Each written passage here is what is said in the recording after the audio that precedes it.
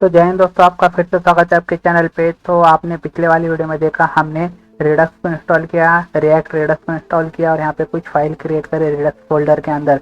तो ये वाले वीडियो में आज हम देखेंगे कि हम रेडक्स के अंदर हमारा कोड कैसा लिख सकते हैं और कौन से फाइल में कौन सा कोड हमें लिखना पड़ेगा। और वहाँ पे हम एक काउंट नाम का वेरिएबल बनाएंगे और उसको हम हमारे कंपोनेंट ए, बी और सी में तीनों में डायरेक्टली एक्सेस करके देखेंगे। तो कैसा कर सकते हैं, तो इसके लिए आपको क्या करना है, जो हमने फाइल्स बनाए वाले 4 फाइल्स थे, अभी कॉन्स्ट मैंने अभी बनाते हैं, बाद में इसके बारे में बताऊंगा, इसे अभी मैं डिलीट कर देता हूँ। तो सिंपल, तो हम हमारे रिड्यूसर में आ जाएंगे। सब में पहले रिड्यूसर में आने के बाद आपको क्या करना है, आपको जो भी वेरिएबल बनाना है या फिर आपको जो भी वैल्यू चाहिए वो आपको यहाँ पे सिंपल क्रिएट कर लेना है, या फिर आपको एपीआई के थ्रू मंगाना है वो आप आपके हिसाब से कर सकते हो। तो मैं यहाँ पे सिंपल वेरिएबल बनाता हूँ, कॉन्स्ट इनिशियल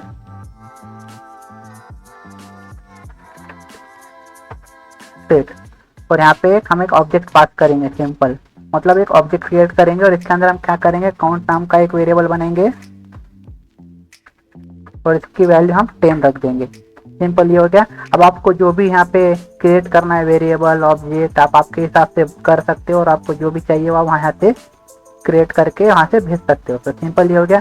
अब इसके बाद आपको क्या करना है, अब हमने जैसा कंपोनेंट ए के अंदर काउंट नाम का वेरिएबल बनाया था और वहाँ पे उसकी वैल्यू डाल के एक्सेस कर रहे थे और कंपोनेंट बी या फिर सी में भेज रहे थे। तो अब हम क्या करेंगे, रिडक्स के थ्रू हमारे अकाउंट की वैल्यू कंपोनेंट ए में, बी में, सी में भेजेंगे। तो सिंपल हमने क्या करे, सिंपल एक ऑब्जेक्ट पास कर दिए इनिशियल स्टेट में और इसके अंदर हमने काउंट नाम का वेरिएबल बना दिए।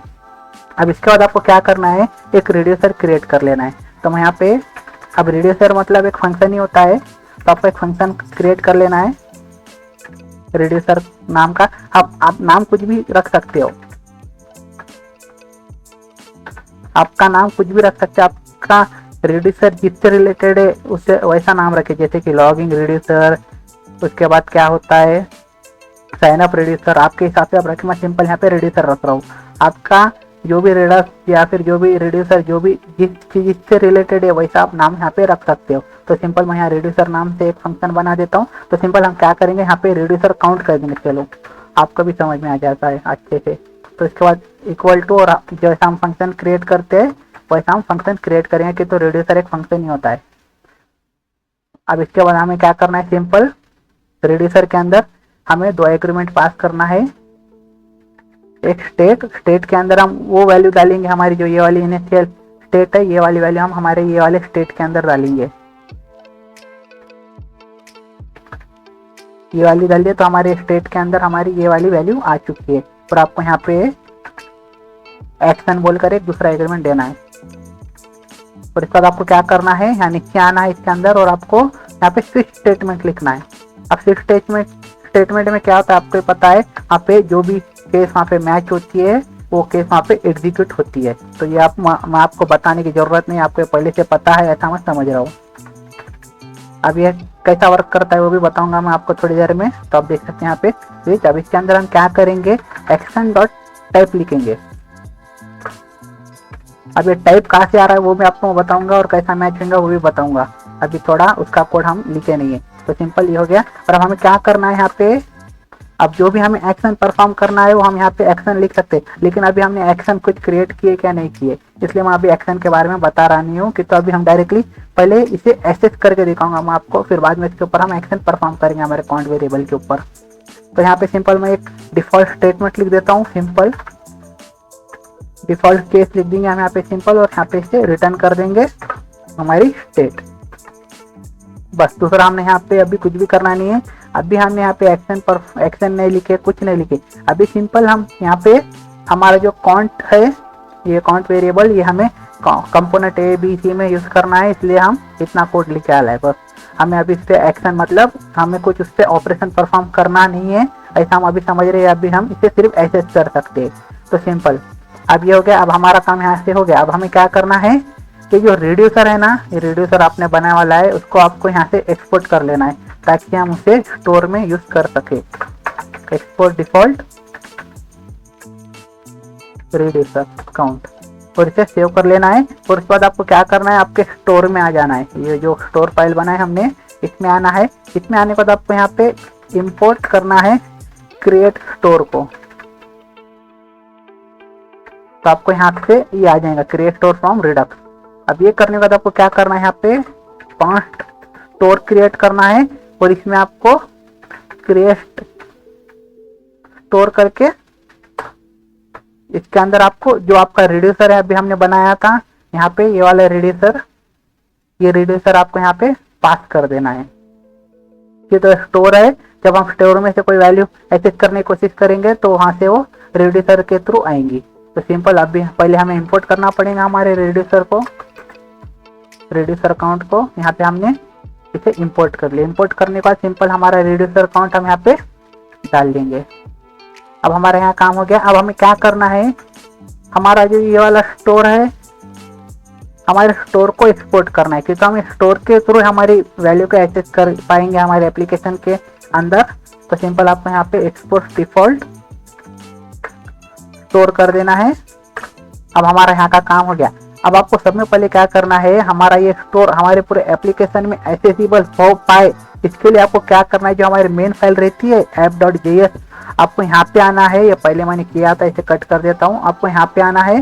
सिंपल, अभी आप देख सकते हैं यहाँ पे कुछ भी नहीं है, हमारा सिर्फ कंपोनेंट ए है, हमने यहाँ पे एक्सेस कर डाला है, दूसरा यहाँ पे कुछ भी नहीं है। तो मैं यहाँ पे इसे सेव कर लेता हूँ, तो आप देख सकते हैं। तो मैं यहाँ पे आपको एक बार रन करके दिखा देता हूँ। अभी कुछ भी नहीं हमारा, सिंपल है। अभी हमने सिर्फ रिडक्स में कोड लिखे, रिडक्स के थ्रू हमने अभी कौन से वेरिएबल को एक्सेस नहीं करे हमारे एप्लीकेशन के अंदर।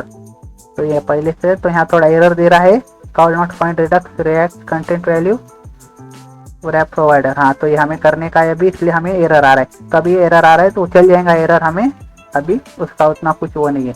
तो हम यहाँ पे ये देख सकते। तो अब आपको सिंपल क्या करना है, इंपोर्ट प्रोवाइडर करना है। आपकी जो मेन फाइल रहेंगी, जो स्टार्टिंग की फाइल हमारी app.js रहती है, वहां पे आपको सिंपल आपको यहाँ आना है और यहाँ पे आपको इंपोर्ट प्रोवाइडर करना है, प्रोवाइडर रिएक्ट रिडक्स के अंदर से। फिर आपको क्या करना है, इंपोर्ट स्टोर, जो अभी हमने स्टोर बनाए थे स्टोर, वो आपको इंपोर्ट कर लेना है। और आपको क्या करना है, जो आपका यहाँ पे रहेगा उस ऊपर एप्लीकेशन के को आपको यहाँ पे रैप कर देना है प्रोवाइडर से। आपको ये नीचे आके बंद कर देना है। तो इससे क्या होगा, हमारा प्रोवाइडर ये हमारे पूरे एप्लीकेशन को एक्सेसिबल हो जाएगा, क्योंकि हमारे कंपोनेंट ए के अंदर बी है, बी कंपोनेंट के अंदर सी है। तो आपको समझ में आ गया होगा अभी तक।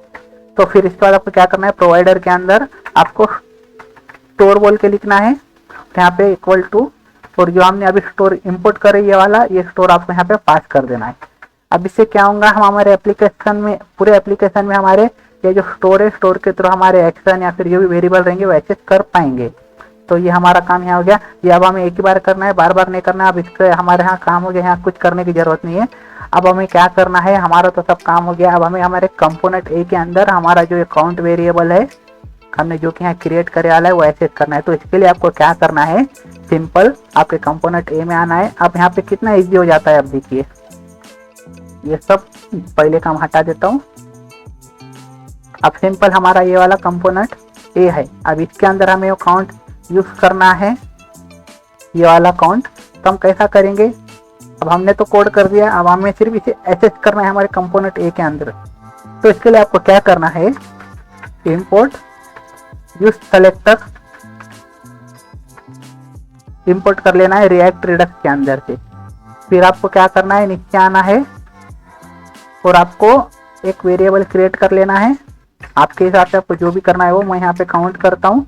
और इसके बाद आपको इक्वल टू देके जो हमने यूज सेलेक्टर अभी इंपोर्ट किया, उसके थ्रू आपको इसे एक्सेस करना है। तो ये यूज सेलेक्टर क्या करता है, हमारे जो भी वेरिएबल रहते हैं रिड्यूसर के अंदर, उसका यूज करके हम वहाँ पे हमारे कंपोनेंट में वो वेरिएबल एक्सेस कर सकते हैं यूज सेलेक्टर का यूज करके। तो आपको क्या करना है, इसके अंदर एक फंक्शन आपको क्रिएट करना है। ये फंक्शन आपको एक वैल्यू रिटर्न करेगा। अब ये फंक्शन आपको क्या रिटर्न करेगा, जो हमारी इनिशियल स्टेट रहेंगी, ये वाली, ये स्टेट की वैल्यू हमारी इसके अंदर आ गई और ये वैल्यू हमारी यहाँ से रिटर्न हो रही है ये स्विच स्टेटमेंट में से। तो हमें क्या करेगा, ये हमें रिटर्न करेगा। तब में पहले क्या होगा, हमारे स्टोर के अंदर जाएंगे, स्टोर के अंदर देखेंगे हमारा रिड्यूसर है क्या, रिड्यूसर, फिर ये यहाँ पे चेक करेगा। फिर ये चेक करने के बाद हमारे रिड्यूसर के ऊपर जाएंगे ये, फिर ये रिड्यूसर का आने के बाद हमारा सिंपल चेक करेंगे वो रिटर्न क्या कर रहा है कि नहीं, कि तो अभी हमारे पास कुछ एक्शन नहीं है, तो सिंपल ये डायरेक्ट डिफॉल्ट स्टेटमेंट यहाँ पे रन होंगे, रिटर्न स्टेट होगा। तो रिटर्न स्टेट होने के बाद सिंपल यहाँ पे कंपोनेंट ए के अंदर स्टेट डॉट अब स्टेट, हमारा काउंट स्टेट के अंदर है, तो हम क्या करेंगे स्टेट डॉट काउंट कर देंगे। अब स्टेट डॉट काउंट करने के बाद हमारा ये जो भी इसकी वैल्यू है काउंट की, तो हमारे कंपोनेंट ए के ये वाले काउंट के अंदर आ जाएंगे। अभी काउंट आपको समझ नहीं रहा है तो मैं यहाँ पे काउंट 2 लिख देता हूँ ताकि दिक्कत की। तो ये इसका और इसका कुछ लेना देना नहीं है, सिर्फ हम इसके थ्रू हमारे जो स्टेट में काउंट है उसकी वैल्यू हम हमारे काउंट 2 के अंदर डाल रहे हैं। अब हम सिंपल यहाँ पे हमारे का पे भी हमारे कंपोनेंट ए के अंदर काउंट 2 को यूज कर सकते हैं। सिंपल इसे सेव करता हूँ तो आप देख सकते हैं यहाँ पे कंपोनेंट ए के अंदर हमारी वो काउंट की वैल्यू आ रही है, ये वाली वैल्यू यहाँ पे आ रही है। अब ये तो समझ गया है आपको सिंपल। अब हमें कंपोनेंट बी के अंदर ये वैल्यू यहाँ पे यूज करना है, तो हम सिंपल क्या करेंगे, कुछ ही नहीं, कंपोनेंट बी के अंदर जाएंगे, हमारे यूज सेलेक्टर को इंपोर्ट करना है, सेम वही है, दूसरा कुछ करना नहीं है, इसको इंपोर्ट करो और जो भी हमारी वैल्यू रहेंगी यहाँ से आपको उसे एक्सेस कर लेना है। काउंट 2 इक्वल टू काउंट 3 कर देंगे इक्वल टू हमारा यूज सेलेक्टर, उसके बाद हमारे एक फंक्शन यहाँ पे जो कि हमें रिटर्न करेगा हमारी स्टेट की वैल्यू, हम यहाँ पे स्टेट डॉट कंपोनेंट लिख देंगे, सॉरी स्टेट डॉट काउंट लिख देंगे। तो सिंपल अब इसे हम यहाँ पे हमारे कंपोनेंट डी के अंदर एक्सेस कर सकते हैं। कंपोनेंट सॉरी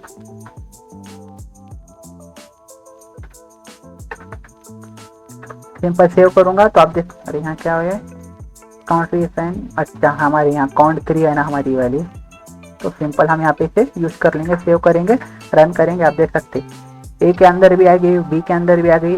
अब हमें यहाँ आप ही सोचो पहले क्या दिक्कत हो रही थी, ए से हमारे को बी में भेजना पड़ रहा था, बी से सी में भेजना पड़ रहा था, लेकिन यहाँ पे हमें ए से बी का कुछ लेना देना नहीं है, यहाँ पे बी से ए का कुछ लेना देना नहीं है, या फिर ए से सी का कुछ लेना देना नहीं है। हमारी जो वैल्यू आ रही है हमारे रिडक्स के थ्रू डायरेक्ट हमारे कंपोनेंट के अंदर आ रही है, तो कुछ इस प्रकार हम डायरेक्टली वैल्यू को एक्सेस कर सकते हैं। आपको कंपोनेंट सी में भी करना है तो सिंपल वही आपको यूज सेलेक्टर को वहाँ पे एक्सेस कर लेना है, यहाँ पे इंपोर्ट कर लेना है, उसके बाद आपको इसका यूज सेलेक्टर का यूज करके आपकी जो भी वैल्यू रहती है उसको एक्सेस करके यहाँ पे आपको क्या यूज करना है आपके कंपोनेंट में आप कर सकते हो।